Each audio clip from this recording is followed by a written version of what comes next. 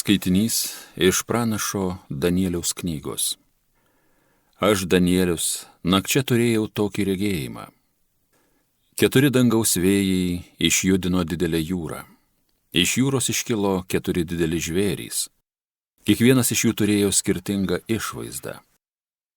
Pirmasis buvo panašus į liūtą, tik tai turėjo erelio sparnus. Į jį man bežiūrint, sparnai jam buvo išrauti. Jis buvo pakeltas nuo žemės ir pastatytas ant 2 kojų, tarytum žmogus, ir buvo duota jam žmogaus širdis. Po to pasirodė kitas žvėris, panašus į lokį.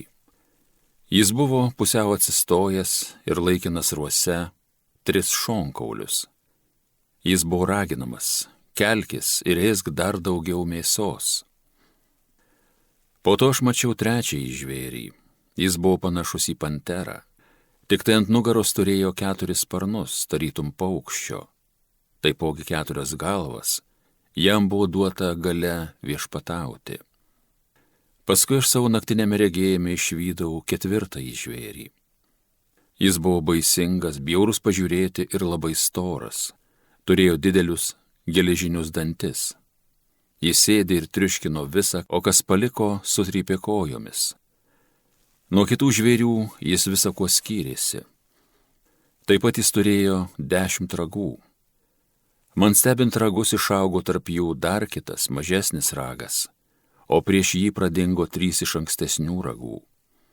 Ir tame rage buvo akys, tarytum žmogaus, ir burna, kuri įžūliai kalbėjo. Aš vis dar žiūrėjau. Štai buvo pastatyti sostai, ir užėmė vietą senyvas vyras. Jo rūbai buvo balti kaip sniegas, plaukai kaip gryna vilna. Ugningos liepsnos buvo jo sostas, kurio tekiniai liepsninga ugnis. Iš jo tekėjo ugninis srautas. Jam patarnavo 1000 tūkstančių. Prie jo stovėjo 10 000 10 tūkstantinių. Susėdo teismas ir buvo atverstos knygos.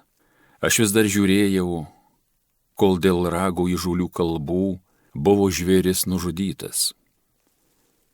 Jo kūnas buvo atiduotas ugniai ir sunaikintas. Taip pat ir kitiems žvėrims buvo atimta valdžia. Tačiau jiems buvo palikta gyvybė iki nustatyto laiko. Aš vis dar mačiau naktinį regėjimą. Štai su dangaus debesimis atslinko tarytum žmogaus sūnus. Jis pasiekė senyvąjį vyrą ir buvo nuvestas į jo akivaizdą. Jam buvo suteikta valdžia, garbė ir karalystė. Visos tautos, gentys ir kalbos turės jam tarnauti. Jo viešpatavimas amžinas, nesibaigiantis viešpatavimas. Jo karalystė niekad nežlugs. Tai Dievo žodis.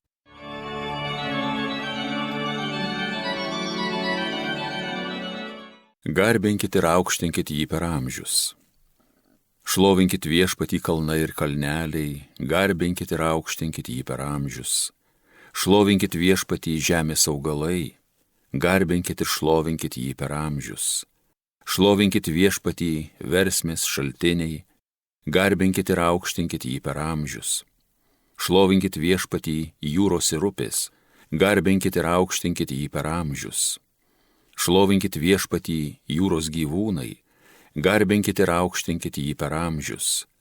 Šlovinkit viešpatį padangių sparnuočiai, garbinkit ir aukštinkit jį per amžius.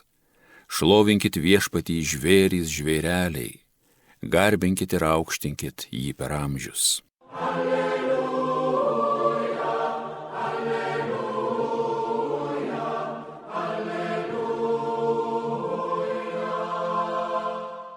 Atsitieskite ir pakelkite galvas, nes jūsų išvadavimas arti. Alleluja, alleluja, alleluja. Iš Evangelijos pagal Luką. Savo mokiniams Jėzus pasakė palyginimą. Stebėkite figmedį bei kitus medžius. Kai jie ima sprogti, jūs žinote arti esant vasarą. Taip pat pamatę visą tai dedantis, žinokite, kad Dievo karalystė arti. Iš tiesų sakau jums, nepraeis nė ši karta, kol visa tai įvyks. Dangus ir žemė praeis, o mano žodžiai nepraeis.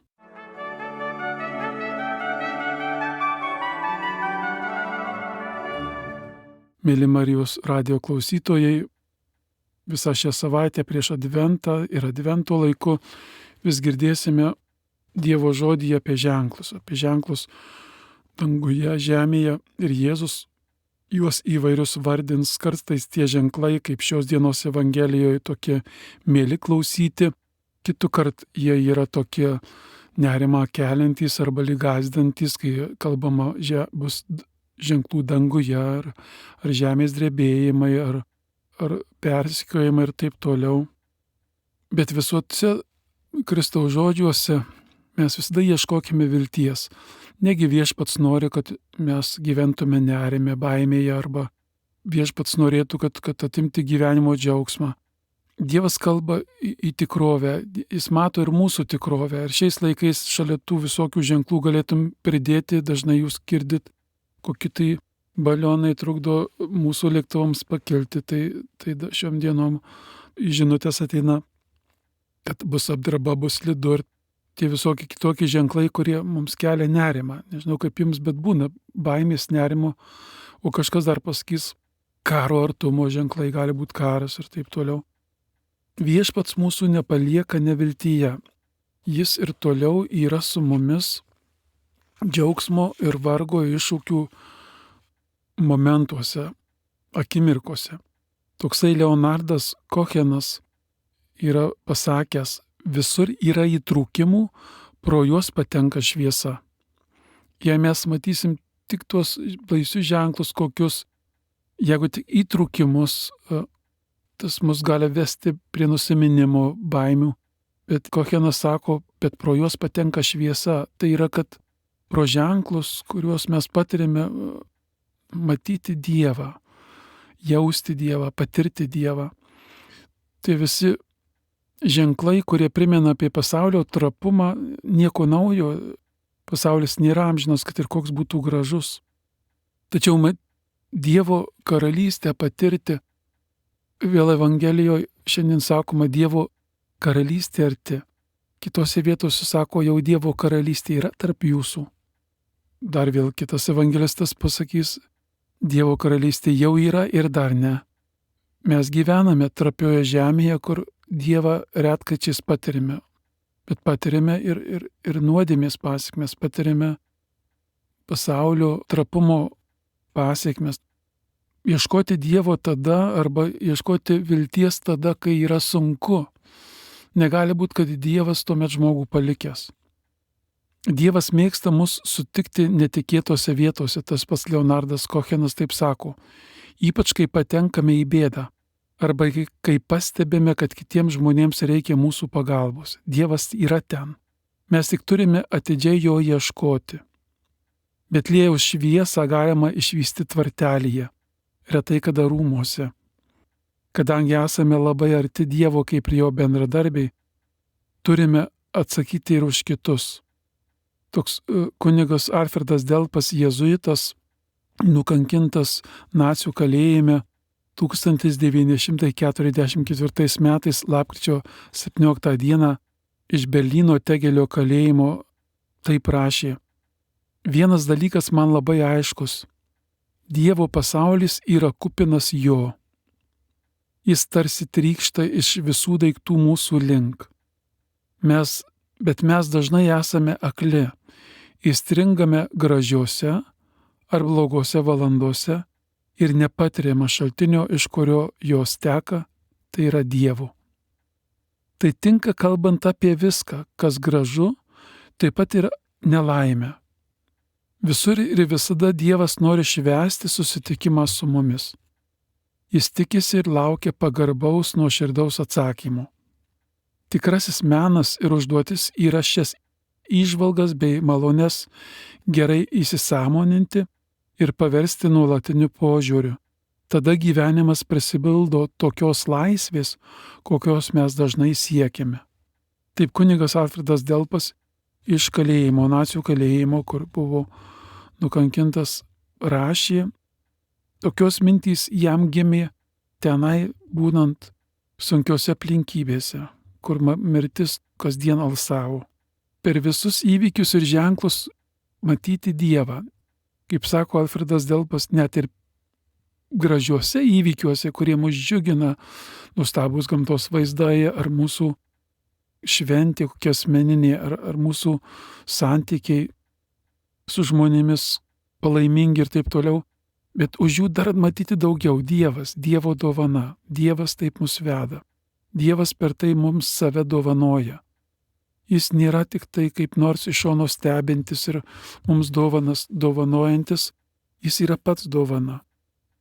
Todėl advento laiko artėjant ir besibaigiant šiems bažnytiniams kalendoriniams metams, priimkim Evangelijos Dievo žodį, kuriame taip pat bus tų visokių ženklų, perspėjimų ir taip toliau, priimkime kaip Dievo žodį ir kaip patį Dievą. Dar kartą kartojant Leonardą Kocheną, visur yra įtrūkimų, pro juos patenka šviesa. Dievą matyti tokiame pasaulyje, kokiame gyvename.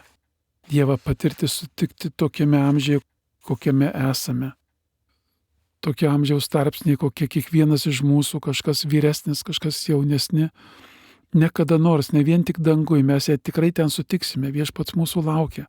Bet kokia geroji naujiena, kurią mes to išvesime vėl, kad kūrėjas ateina pas kūrinius, tarsi iš džiaugsmo, iš ilgesio, nesulaukdamas mūsų amžinybėje, jis pats ateina į žemę žmogumi, kad mes jo nebijotume per Jėzų Kristų, kad mes jį sutiktume ir dangaus momentus Dievo karalystės artumą jau čia patirtume, net ir tada, kai iššūkiai, kai ženklai neramus, kai širdyje nėra džiaugsmo, viešpats nuo mūsų neatsitraukęs, jis su mumis iki pasaulio pabaigos. Jis tai pažadėjo. Amen.